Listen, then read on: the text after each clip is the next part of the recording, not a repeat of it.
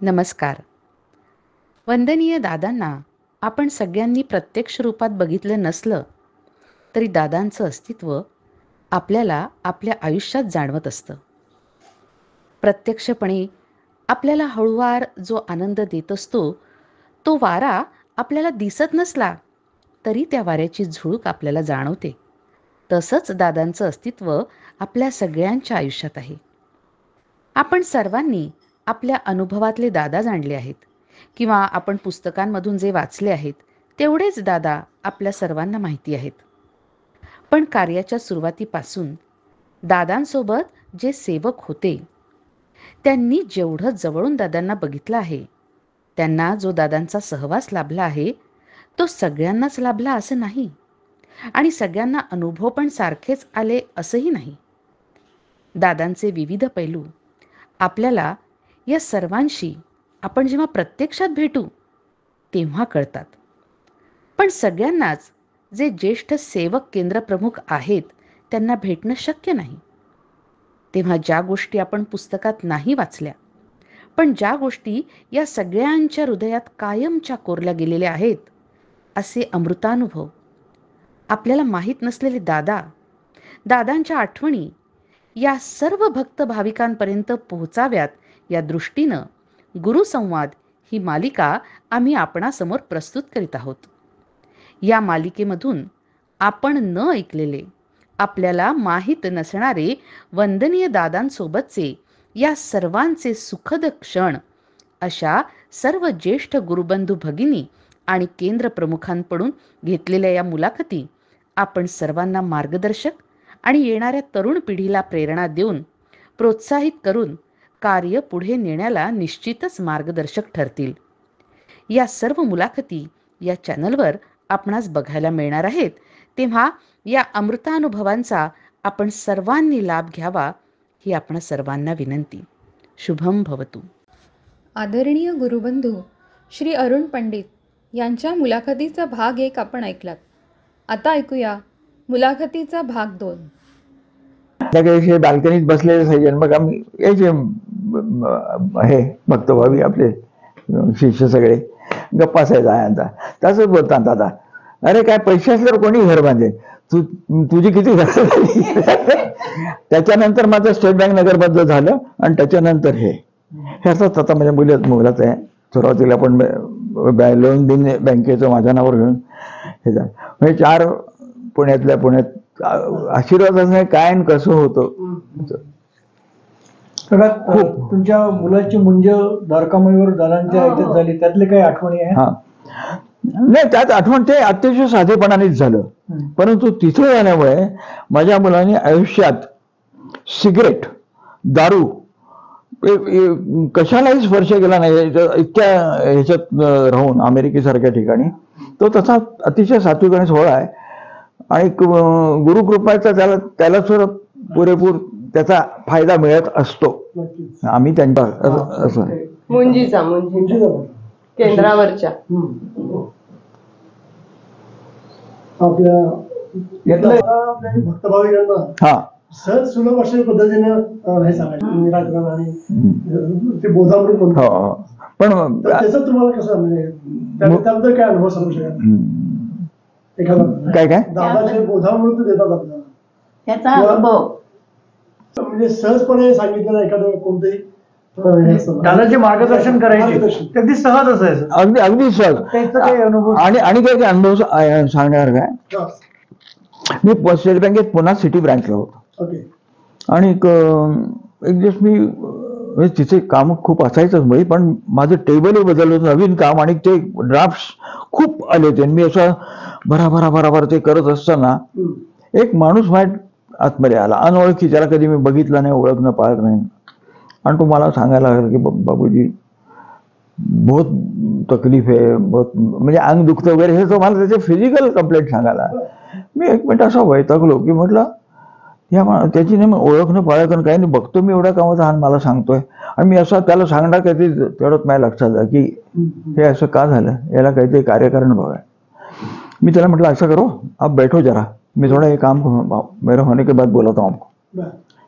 काम झाल्यानंतर तिला बोलवलं, म्हटलं बोलो अभि बोलो. तर तो म्हणला असं आहे की मला जगणं नको झाले, खूप मला असा त्रास होतो वगैरे. तर म्हटलं तुझा देवावर विश्वास आहे का? तो म्हणला हो. तुझ्याकडे देव आहेत का? आहेत. मग म्हटलं मी तुला एक उपाय सांगतो, करून बघ, जास्त खर्चिक नाही आहे. त्याला सांगितलं ते नारळ हे घेऊन विडा लावायला केंद्र आला तो, त्यांनी केलं आणि त्याचे सगळे हे झाले. तो बँकेत येऊन त्याने मला साष्टांग नमस्कार घातला. अरे म्हटलं बाळा येळा काय? तो म्हटलं मी काही नाही, ते त्यांनी केले, आता तुला जेव्हा जमेल त्याची आरती ऐकायला तिकडे जात जा म्हटलं, जो कल्याण होईल. पण त्या माणसाला अशी बुद्धी का व्हावी हे ह्याच्या ह्याच्यात की ते दादांना ते आपल्या थ्रू ते करून घ्यायचं. हा असं. हा काका आणि काकू तुम्ही तिघांना हा प्रश्न आहे की तुम्ही दादांच्या बरोबर बरेच वर्ष घालवल्यानंतर तुमच्याकडे खूप प्रसंग आहे, पण एखादा असा प्रसंग आहे की जो अविस्मरणीय आहे, तो आयुष्यभर विसरणार नाही, तो तिघांनी एक एक सांगितलं तर खूप छान आहे. बरं मी सांगते त्यांना आठवेपर्यंत. हो. मला जेव्हा माझं शिक्षण झालं, मी BSc टेक्सटाईल्स केलं आणि नंतर मी लगेच नोकरी सुरू झाली, तर तेव्हा मी असं ठरवलं होतं की ते पहिला स्टायपेंड असायचं 6 महिने प्रोबेशनवर असताना. तर जे मला मिळालं होतं 1 महिन्याचं वेतन, तर मी ते केंद्रावर नेऊन ठेवलं होतं. आणि मग 6 महिन्यांनी परमनंट झाल्यावर वाढ मिळते ना, तर मग मी ठरवलं की आता ती जी वाढ असेल ती पण पहिली आपण केंद्रावर ठेवायची. तर म्हणून मी गेले होते रविवार सुट्टी असेल रविवारी, तर मी आणि आई गेलो होतो आणि आम्ही द्वारकामाईमध्ये त्या गॅलरीमध्ये उभ्या होतो दोघी. तर दीपक दादा आला. दीपक दादाने मला विचारलं दादांना भेटायचंय का? तर मी अशी एकदम हे झाले, म्हणजे मला एक्सपेक्टेडच नव्हतं. तर मी म्हणलं हो. तर म्हणला या मग तुम्ही, म्हणून त्यांनी आणि दादा त्या आरती खोली आहे ना तिथे कॉर्नरमध्ये असे बसलेले होते बरं का. तर मग मी विचार केला की आता मग यांच्याच हातात देऊया पाकिट. तर म्हणून मग मी त्यांना सांगितलं की असंच आहे, माझं कन्फर्मेशन झालंय जॉबमध्ये आणि आता इतकी वाढ मिळाली तर मला ती ठेवायची, म्हणून मी आले, आशीर्वादाची आहे ना सगळं म्हणून. तर मी त्यांच्या हातात दिलं. तर मी हातात दिल्यानंतर त्यांनी माझा हात पकडला त्याचा खालनं आणि ते परत मला दिलं आणि सांगितलं की मला जे तुला द्यायचंय ते मी तुला दिलेलं आहे आणि हे तू तुझ्याचकडे असू दे. तर आणि असं पकडून अगदी सांगितलं की, कारण मला असं काही एक्सपेक्टेड नाही. त्याच्या आधी त्यांनी मला विचारलं की तुला काय मागायचंय का, तू माग. म्हणलं मला नाही काही मागायचं. तर तेव्हा त्यांनी ते असं हे केलं, मला असा हात अजून आठवतं की असं पकडला आणि सांगितलं की मला जे द्यायचं ते मी तुला दिलंय. भावना व्यक्त खरंय. मी पण त्यांना दिलं होते ते नाही माहिती मला, पण मला त्यांनी असं विचारलं असं स्पेसिफिकली तुला काय मागायचंय ते माग असं. पण असं मी इतकी ब्लँक होते आणि असं मी काही मागितलंही नसतं. त्यामुळे मी त्यांना म्हटलं नाही. तुला काय थोडक्यात सांगायचं सांग, तुला कुठला अनुभव सांगायचा? मला म्हणजे असं मला हिच्या नोकरीचं हे करायला लागलं ना तेव्हा काय, तेव्हा मी पण त्याला द्यायला पैसे घेतले होते बरोबर आणि मी दिले त्यांना. काय काय म्हणतेस? नाही देते तुम्हाला खरं असं कर माझ्या हातात. तर मी म्हटल्यावर मी अशी ओटी पुढे केली, हा त्याच्यात ठेवले, हे आत्ता तुझ्याजवळ राहू दे, खर्च करू नकोस, मी ते मागणार आहे तुझ्याकडे आणि मी मागेन तेव्हा मला तू हे दे. तुमच्या आयुष्यातला असा अविस्मरणीय? एक तर सुरुवातीला आधीच म्हणजे शनिवारात जेव्हा भेटायचे तेव्हा त्यांनी जेव्हा मला कॉशन केलं की तू हात कुंडल्या बघू नकोस वगैरे, तर ते मी फार कॅज्युअली घेतलं होतं. त्याच्यामुळे जी काही मला परवड झाली पुढे. तर बरं दादा त्यांचं मोठेपण तेव्हा काय कळलं नव्हतं किंवा हा जो मला हे होता भविष्याचा तेही तो एक गुरुबंधू त्याच्या दुकानात जाऊन आम्ही ते लोकांच्या बघत असू वगैरे. तर काय मला आता आठवतं, हा दादांनी ते वॉर्न केलं होतं की ते बघायचं नाही. हा, तर तो आणि आम्ही मुक्तानंदानं गुरु करायसाठी मुंबईला गेलो. मला त्या मधल्या काळामध्ये मुक्तानंदांचं फार एक त्यांचे शिष्यगण आलेले होते, त्यांच्याकडनं खूप कौतुक ऐकलं आणि आम्ही मुक्तानंदांना गुरु कर, कारण दादांचा गुरुचा हा कन्सेप्ट कधी, दादांची ओळख होती, हे होतं, सगळं होतं, कामकाजात होतो, पण हा तेपर्यंत नव्हता. हे आमचं अज्ञान होतं तोपर्यंत. आम्ही मुंबईला पोहोचायच्या आदल्या दिवशी मुक्तानंद अमेरिकेला. हा, त्यामुळे कारण ते नव्हताच ना योग. आणि त्यानंतरच्या कामकाजात दादांना मी म्हटलं की तुमचं माझ्याकडे लक्ष नाही. दादांनी दिली एक ठेवून, तुझा कुठे माझ्यावर विश्वास आहे? म्हटलं विश्वास नाही असं कसं म्हणता? हा, कारण त्यांच्यावर अविश्वास होता असा भाग नव्हता, परंतु ह्याचं त्याचं काही हे एवढी अक्कल नव्हती. असं कसं नाही, तुमचं लक्ष नाही म्हणा. म्हणले माझं लक्ष नसतं तू 12वर झालं असतं म्हणा. माझं लक्ष आहे म्हणून ठीक आहे इथपर्यंत. अजून तुला 1 वर्ष मुदत देतो, जा, तुला कुठं जायचं, कुठं गुरु बघायचा बघ, तू जातोस कुठे? म्हणजे माझ्याच जोडी जाणार आहेस. इतकं त्यांनी हे सांगितलं. आणि त्याच्यानंतर आम्हाला त्यांची ती माहिती कळली. मग त्यांनी त्यांच्या पायाशीच कधी, आणि त्यांनी सुद्धा अफाट प्रेम दिलं. कधी सेमिनार पंडित पुढे या. असं तुमचा नेहमी दादांशी इंटेलेक्च्युअल असं डिस्कशन व्हायचं, दादा कधी रागवले वगैरे कधीच नाही. त्यांचं असं लाडाच्या अशा असं एवढं कधी नाही, रागवले कधीही नाहीत. किंवा मी असं खूप वेळा छोटे हे घेऊन जायचो ना. मला हे विचार, माझा एक पुण्यातला मित्र अरविंद साठे, निकरांत अत्यंत प्रॅक्टिकल अमकात वगैरे, तर हे तू काय वाटेल ते काय दादांना विचारायचं तू, हे काय दादांना विचारायचं प्रश्न आहे का? म्हटलं बाबा आम्हाला त्यात काही वाटत नाही, दादा आम्हाला सांगतात. नाही तर दादांनी सांगितलं असं मला की तू हे काय विचारतोस असं. म्हटलं नाही, आणि त्यामुळे आम्हाला काय वाटत नाही ना विचारायला. 93 साली कराडला जे संमेलन झालं, 93 असं मला, त्यात दीपक दादांनी घेतलं होतं. आणि मुंबईचे खूप लोक होते, आणि एव्हरी 5 मिनिटात प्रत्येक वेळेला दीपक मला उभं करायचं सारखा. पंडित बसलो की पुढला पंडित, आणि मलाच गिल्टी वाटायचं की अरे बाकी सगळे लोक म्हणते त्याला हा एकटा कोण टिकू यालाच विचारलं. तर त्याचं कारण किती बारीक सारीक असतं. हिला पुढल्या 4 दिवसात मोठा ऍक्सिडेंट व्हायचा होता, तो मला ती मनुष्य हे भरत होता. काय कृपाशीर्वाद म्हणा हे आम्हाला काय. आम्ही शक्तीपीठात गेलो, तिथे दीपक वर पण आलेच होते, आणि दर्शनाला गेलो असताना उदी दिली एकदा, पुन्हा पादांजन पुन्हा मला दिली ना, असू दे घ्या, पुन्हा आणखी एक ऍडिशनल पुढे दिली. आणि मग तिथनं मुंबईला जाताना वाटेत तिचा पाय फ्रॅक्चर झाला, आणि तशा कंडिशनमध्ये 10 तास पुढे ती मुंबईला घ्यायची. पण याचं त्यांचं काय गणित आपल्याला कळत नाही. पण ते दादांनी मला सांगितलं की तुला बोलत कुठं जायचं जाऊ नये, तू माझ्यात सोडी जाणार आहेस, जातोस कुठं. तुम्ही काहीतरी प्रसंग सांगत होते. हा,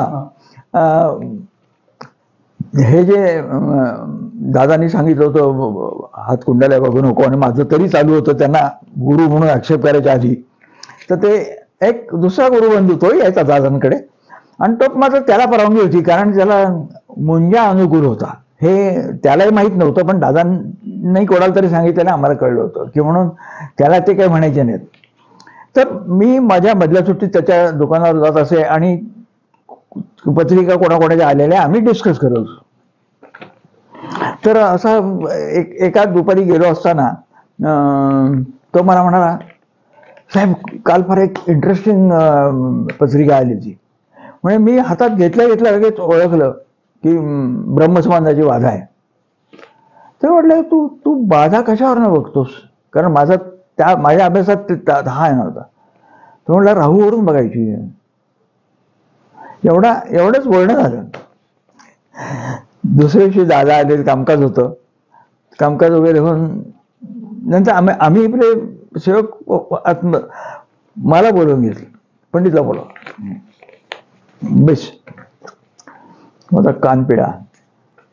घासून पुसून स्वच्छ केल्यावर तुला इथनं बाहेर पडल्यावर राहूच्या उठाडवी कशाला आणि मला एक वेळ लक्षातच नाही आलं काय. आणि मग कळलं आपण म्हटलं होतं म्हणजे ते म्हणलं आपल्या राहू तर असं हा अगदी त्या म्हटलं त्यांनाही कळलं की ते मी तर हे करत नाही, इनएडव्हर्टंटली झालं ते झालं प्रश्न. पण त्यांनी बरोबर मला की तुला इथे घासून पुसून स्वच्छ करायचं आणि तुला मग राहूची उठाडव लागते कशाला. हेच का ते आत्ता मध्ये बोलताना विषय झाला होता की दादा म्हणायचे तुम्ही खूप चांगलं माध्यम आहे, तर त्याच्यासाठी म्हणजे काय असं काय होतं त्यांच्याकडे ते सुरुवातीच्या आमच्या ह्याच्यात मला त्यांनी हे सांगायचं कारण तू बघू नकोस हे करायचे मला ठसवण्यासाठी कदाचित असेल. त्यांनी मला सांगितलं आधी की तू स्वतः चांगलं मीडियम आहेस तर तुझे ते चॅनल्स खराब करू नकोस हे बघून हातकुंडाल्या, हे त्यांनी मला सांगितलं. माझं ते असं होतं की मी त्याचे काही धंदा करत नाही, पैसा घेत नाही. तर एक मला हाऊस आहे म्हणून गणपत दादा किती मोठे होते तेव्हा कुठे माहित होतं. It was a beginning. म्हणून त्यांचा उपमर्द करणं वगैरे असं भाग नाही, पण विश्वास कॅज्युअली. आणि मी 1000 खरोखर वगैरे दादांनी बरोबर कामकाज बघायला. मी तुला आठवतं वगैरे माहित नाही, पण 12 वर्षापूर्वी मी तुला सांगितलं होतं हातकुंडाला बघू नकोस, 1000 वही केलीस ना. अरे बाबा. म्हटलं हो, उठ आत्ताच्या आत्ता उठ, घरी जा, ती वही आणि ज्योतिषीची पुस्तकं सगळी नदीवर फेकून ये पुढं. तसं केलं. आणि मग ते जाऊ जायला चढले, याला ब्राह्मण करून घ्या मला तिथे पेंढारखान्याकडे. मग मला ते आंघोळ बिंघोळ करून मग आता तुझी जबाबदारी मी घेतली. आणि ज्या दिवशी त्यांनी हा उच्चार केला की आता तुझी जबाबदारी मी घेतली, त्या दिवसापासून ओव्हरनाईट माझी झोप आणि टेन्शन सुधारलं. ओव्हरनाईट परिस्थिती बदल पडायला वेळ लागला. ते म्हणले जेवढ्या गोळा केल्या पत्रिका तेवढ्यांच्या उपाधी तुझ्या उरावर वाढतोस, लक्षात ठेवा. कुठलाही शहाणा ज्योतिषी दुसऱ्याची ज्योतिष पत्रिका घरात ठेवत नाही ओव्हरनाईट. आणि तुम्ही त्यांना सांगितलं पण नव्हतं, त्यांनी आपण जाणून घेतलं काय पत्रिका आहेत वगैरे. नाही हे तर त्यांनीच हे केलं ना. मी करत गेलो तर त्यांनी तिथे काढलं. तुला आठवतं की नाही माहित नाही, मला आठवतं. मी तुला सांगितलं हात कुंडाला बघू नको आणि तू 1000 हे केली आहेस. म्हटलं हो, मग उठ आणि ते फेकून ये. आपला दादांचा हा मार्ग आहे, गुरुमार्ग. हा आपला गुरुमार्ग सहज सुलभ आहे ना. हा इतर मार्गापेक्षा कसं वेगळा? अतिशय सोप. इतर प्रत्येक ठिकाणी एक तर तुम्हाला जितक्या मार्गाने लुबाडता येईल असं हाच व्यवहार आहे सध्या. अगदी पण मॅक्झिमम ह्याच्यात नाही, ह्याच्यात सध्या सुद्धा आहेत. आपल्या इतका सोपा सुलभ कुठलाही मार्ग नाही. म्हणजे अनाठाई हे करा ते करा असलं उपास तपास करा, काही नाही. इतका साधा सिंपल मार्ग, 2 हस्तक 1 मस्तक, बस एवढ्या आणि दादांनी एवढं दिलंय बस. हा तेच की. नाही म्हणजे आता त्यांनी कसं सांगितलं की साधना तुम्ही नित्याने करा. आणि त्याच्यामध्ये आता जेव्हा आपण ते ऐकायला जातो दीपक दादांचे काय जे लेक्चर्स असतील किंवा मुलाखती, तेव्हा कळतं की केवढं म्हणजे ते महान आहे जे आपण करतोय, पण ते आपल्याला तेवढं अजून त्याचं कळलंच नाहीये हे की किती ते त्याच्यात किती हे आहे सगळं. तर आणि कुठल्याही याला त्यांनी साधना करताय ना मग बास. आणि आपली मुलं ज्यांना आता सध्या वेळच नाहीये त्यांनी फक्त प्रार्थना म्हणली की झालं, म्हणजे 5 मिनिटाचं काम आहे. पण हे किती छान आहे की कुठलेही बाकी काहीही करू नका, एवढं एकच करा बास. म्हणजे ह्या ज्या दादांनी दिलेल्या साधना आहेत, ओंकार साधना, आरती साधना, मुलाखत साधना, या आपल्या कार्याला पूरक आहे. नक्कीच, काय प्रश्नच नाही. हो. त्यामुळे त्याच्या स्ट्रेंथवर आत्ता अजून आहे. आता या वयात आता माझं 89 चाललंय. तर सकाळी उठल्यानंतर तिकडे आपण सकाळचं प्रातस्मरण झाल्यानंतर पहिल्यांदा गुरुप्रसादची 2 पानं वाचतो मी. आणि आता नवीनच पुन्हा आत्मनिवेदन सुरू केलंय. त्यानंतर आंघोळीवर झाल्यानंतर माझी 25 मिनिटं साधारण पद्मासन घालून, अजून त्यामुळे मी पद्मासन घालू शकतो. नाही तर आजकाल बघतो की सिनियर लोकांना मांडी घालता येत नाही. सिनियर नाही, यंग लोकांना. तर त्यामुळे मला माझं पोश्चर अजून हे राहिलंय त्यांच्या कृपेने. आणि साधारण 25 मिनिटं माझी साधना होते. ही पूजा करायची, अतिशय साक्षोपाईने सगळं व्यवस्थित करायची. आता तिला पण बसवत नाही, पण ती तरी पूजा करते रोज.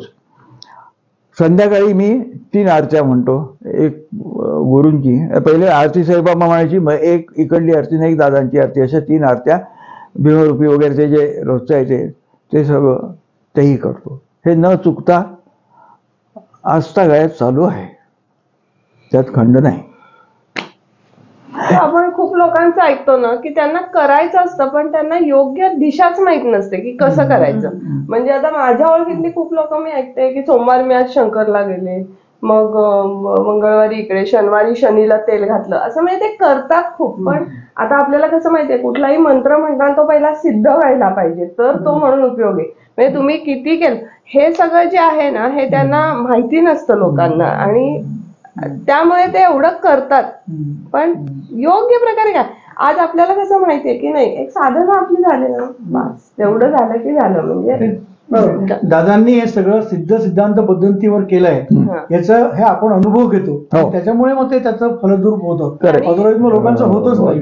किंवा आपण ते करताना आपण जे करतोय ते आपल्याला माहितीच. आता भीमरूपी म्हणताना की ते भीमरूपी स्तोत्र सिद्ध केलेलं आहे, ह्याच्यामध्ये हे वायू जे आहेत आपले, अपान समान प्राण उदान व्यान, ह्याचं समतोलत राहणं, चैतन्य राहणं, ह्याच्यासाठी ह्या भावनेने आपण ते म्हणतो, त्यामुळे त्याचा जास्त फायदा होतो. किंवा जे कुठली गोष्ट तुम्ही जी ती का करताय आणि त्याचं महत्व काय हे माहीत असून जेव्हा करता ना, तेव्हा त्याचं एक वेगळं समाधान असतं. बरोबर. साधनेत सगळ्याच त्याचा उल्लेख आहे, जसं तू म्हणायचं भीमरूपी आहे, आणि आपण हे म्हणतो मारुती सुरू आहे सगळं, नंतर साईनाथ महाराजांचं हे म्हणतो, त्याच्यामध्ये सगळं पूर्ण दादांनी कव्हर केलेलं आहे. अच्छा, मला सांगा, आता आपण शक्ती स्वरूपात दादा आपल्या प्रत्येक केंद्रावर आहेत असं आपण जाणवतो, तर ते आपण कसं हे करू, त्याबद्दलचा एखादा अनुभव सांगता येईल?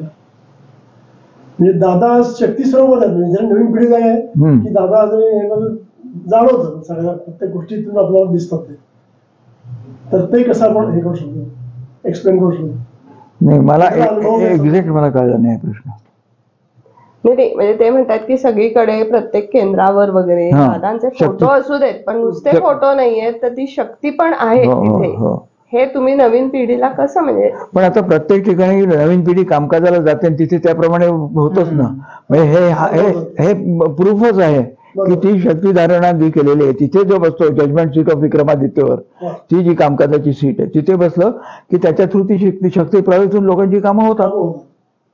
म्हणजे कामं होतात, जेव्हा लोकांची कामं होतात ना तेव्हाच त्यांची अजून लोक येत असतात. आता आम्ही एका सिनियर व्यक्तीची तुमच्यासारख्याच एक बेड घेतली, तर म्हणलं तुमचं वय काय, तर ते म्हणाले माझं वय 85 वगैरे आहे. तर गोळी काय आहे? गोळी नाही, दादांची साधना ही एकच गोळी आहे म्हणाले. क्या बात आहे, वा, वंडरफुल. कोणते म्हणजे केंद्रावर? अच्छा, तुम्ही आपल्या नवीन पिढीला काय संदेश द्याल? तुमच्या काळात तुम्ही दादांचे सगळ्या साधना अटेंड केल्या, आरती अटेंड केल्या, आता जी पिढी केंद्रावर येते, पूजन करते, साधना वगैरे, तर त्यांच्यासाठी तुम्ही काय सांगू शकाल? त्यांनी इथेच टोटल जावं, संस्कार वर्ग अटेंड करावे, की त्यांना कामकाजाला याची वेळ येईल का नाही अशी प्रश्न, इतकी आपोआप तुम्ही त्यांची काळजी घेतली जाईल. आणि जर काही हे आलं तरी ते बाबा समर्थ आहेत हे करायला, तुम्ही तेवढं मनापासून करा. किती साध्या हे सांगितलेले आहेत. नाही, म्हणजे कसं आहे की कोणालाच प्रॉब्लेम येणार नाही असं नाहीच आहे, प्रॉब्लेम शिवाय लाईफ कोणाचंच नाहीये, पण ते प्रॉब्लेमची सिव्हिअरिटी कमी राहते किंवा ती तेव्हा आपल्याला तेवढी सिव्हिअर वाटतच नाही. आपल्याला नंतर वाटतं अरे मग तेव्हा मी कसं काय एवढं, तर ते तसं असतं. म्हणजे प्रॉब्लेम येणार नाही असं नाहीये, पण ती जी शक्ती असते ना ते आपल्याला सामर्थ्य देतात किंवा त्या ह्याचं आपल्याला अजिबात बर्डन वाटत नाही त्यावेळेला. काम सोपं केलंय. असं मला सेवकांना जे सांगायचं, दीपक दादांनी बऱ्यापैकी सेवक कसा असला पाहिजे. अरे दीपक दादा म्हणजे दीपक दादांसारखाच नाहीच बघितलं. आपण ते त्याचं शक्यच उदाहरण- नाही. हो, हो. खरंच. आणि किती त्याचं म्हणजे त्यांनी किती दादांकडनं घेतलं. कुठली इतक्या मुलाखती आणि तो समोर अक्षरशः कोरा कागद असायचा. ते पुढे तर अनेक वेळा दाखवायचं. एवढं सगळं सिक्वेन्स वाईज वर्षानुवर्ष लक्षात ठेवायचं किती असामान्य आहे. एकलव्य. हा, खरोखर दादांना जे वातावरणातनं ज्ञान घेऊ शकता, तुमची कपॅसिटी तुम्ही वाढवली तर ते दादांच्या दीपकनी बरोबर सगळं घेतलं. म्हणजे आपल्या ज्या पिढीचं ते एक आपल्याला उदाहरण देतं. हो हो हो, तसं करता येतं. तुम्ही तेवढ्या प्युरिटीने केलं तर तसं करता येतं. तसं ते तुम्हाला सुद्धा साध्य करता येईल. बरोबर. काका आता बोलता बोलता आपलं असं झालं की तुमच्याकडे दादांचे खूप जुने फोटो आहेत. त्यातल्या काही काही फोटोंबद्दल काही सांगता येईल का? हा फोटो खरं म्हणजे आता अवघड आहे सांगायला. हे हा, गजल. दादांचा हा गजल ऐकतानाचा आहे. असा दाखवा ना. गझल ऐकताना मंत्रमुग्ध हा कसला आहे? हे बाबूजी दिल्ली केंद्राचे आपले जे वर्माजी आहेत ना, असं ते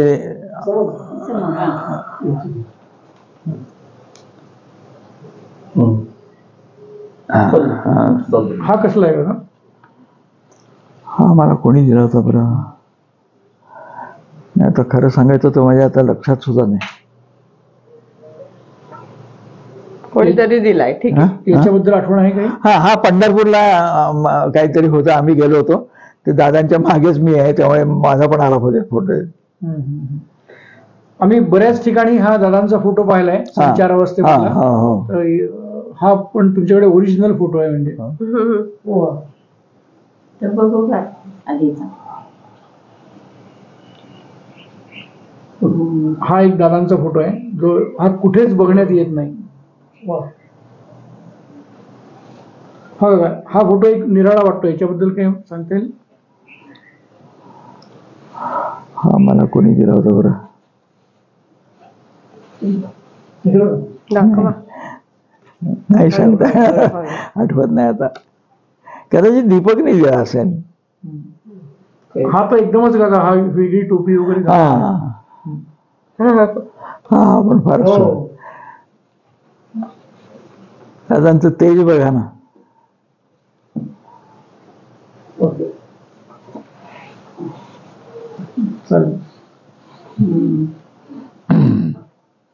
त्याच्यामध्ये एक जो महत्वाचा थोडं अजून एक प्रश्न आहे. ब्रेक घ्यायचं का म्हणून बरं? काय तर सामाजिक ऋणपूर्ततेसाठी दादांनी आपले काय काय सोय केली आणि आपण ते तसे कसे हे करतो? आता दादांनी गुरुप्रसाद सांगितलं की आपण जे कष्टाने कमवतो त्यातला काही वाटा हा समाज ऋण म्हणून हे वापरलं पाहिजे आपण, दानधर्म म्हणून. ते जर आपण हे केलं तर त्यांनी आपल्या अनेक हे साध्य होतात, इजी होतात. पण हे आपण इथलं जाणलं पाहिजे की गरजूंना किंवा भिकाऱ्याला तरी त्याला असं तुच्छ नाही करायचं. प्रेमाने काय जे यथाशक्ती असेल ते करायचं आणि समाज ऋण आपल्यावर असतं याचं भान ठेवायचं आणि त्या ह्याने आपण प्रयत्न करायचा, ते हे करायचा. म्हणजे आता उदाहरणार्थ आधी असं होतं की आपण याला पाठवत होतो, महिना कलेक्ट करून बाळ्याकुंजरी पाठवतो. नंतर होत होत शेवटी मग इतकी परमनंट सोय करून टाकली की आता ते त्याच्यानंतर त्यांनी सांगितलं बंद करा, याची जरूर नाही. पण तू तिथे जे अन्नछत्र करायचं होतं त्यासाठी आधी वर्गणी काढत असत. पण नंतर साई स्वाध्यायाचं इतकं हे झालं की, आणि माझं भाग्य असं की साई स्वाध्याय सुरू केलं त्यावेळेला दादांच्या जवळ पहिल्या 5 मध्ये मी होतो. म्हणजे विजय होता, दीपक, तर त्याच्या मागे मी. असे इतकं मला ते दादांचं सान्निध्य आणि कृपा अपार मिळालेली आहे. आणि म्हणून मी अजून ते करू शकतो त्यांची. आणि मी त्यांना हेच म्हणतो की असेपर्यंत मला ते माझी हे राहून ती चालू राहावी. आता आपण मुलाखतीच्या शेवटाकडे येतोय. तर आता बरेच भक्त भाविक नवीन येत आहेत, बरेच सेवक नवीन येत आहेत. तर नवीन सेवकांना तुमचा काय उपदेश म्हणा, काही मार्गदर्शन म्हणा, असं काही सांगता येईल का तुम्हाला? काकू दोघांना मला असं सांगायला लागेल की असा मार्ग तुम्हाला कुठेही मिळणार नाही. हा एकमेवा द्वितीय जगातला मार्ग आहे.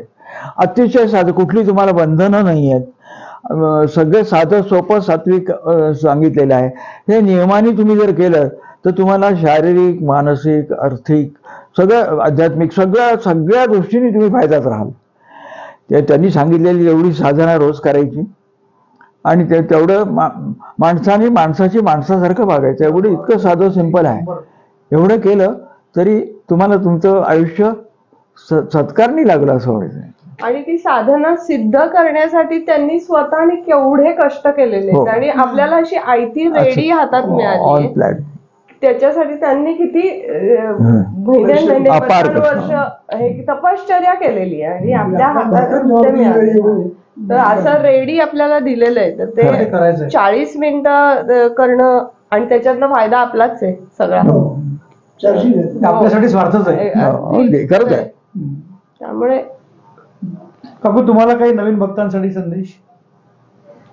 ते कुठल्याही भक्ताला सांगायचं म्हणजे पूर्ण श्रद्धेनं हे काम करावं आपल्याला सांगितलेलं.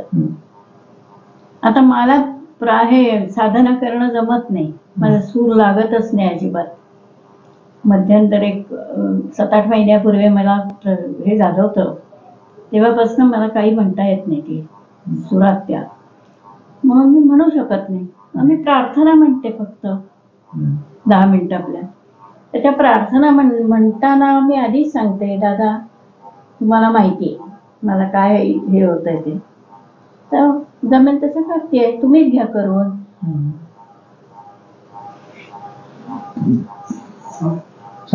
आता बरं, तुमची आवडती आरती म्हणून. हा, आरती घेऊया ना. पण यांनी मगाशी तुझं करीता मी जन्मा, तुझं करीता मी जन्मा आलो, तव भजनी रमलो दत्ता, तव भजनी रमलो. तुझं करिता मी जन्मा आलो, तुझं करिता मी जन्मा आलो, तव भजनी रमलो दत्ता, तव भजनी रमलो. सुखला एकी म्हणून अनेकी, सुखला एकी म्हणून अनेकी, गुरु शिष्य झालो, तव भजनी रमलो दत्ता, तव भजनी रमलो. तुझं करिता मी जन्मा आलो, तुझं करिता जन्मालो, तव भजनी रमलो दत्ता, तव भजनी रमलो. द्रष्टा सद्गुरु दृश्य शीश, द्रष्टा सद्गुरु दृश्य शीश, कुण मनी उमगलो, तव भजनी रमलो दत्ता, तव भजनी रमलो. तुझं करिता मी जन्मा आलो, तुझं करिता मी जन्मा आलो, तव भजनी रमलो दत्ता, तव भजनी रमलो. नाही वियोग अखंड योग, नाही वियोग अखंड योग, दत्त स्वरूपी रमलो, तव भजनी रमलो दत्ता, तव भजनी रमलो. तुझं करिता मी जन्मा आलो, तुझं करिता मी जन्मा आलो, तव भजनी रमलो दत्ता, तव भजनी रमलो. सच्चिदानंद सद्गुरु साईनाथ महाराज की जय. श्री गुरुदेव दत्त सदानंदाचा येळकोट. सच्चिदानंद सद्गुरु श्री पंत महाराज की जय. श्री गुरुदेव दत्त, श्री सद्गुरुनाथ दादा महाराज की जय. श्री गुरुदेव दत्त. छान.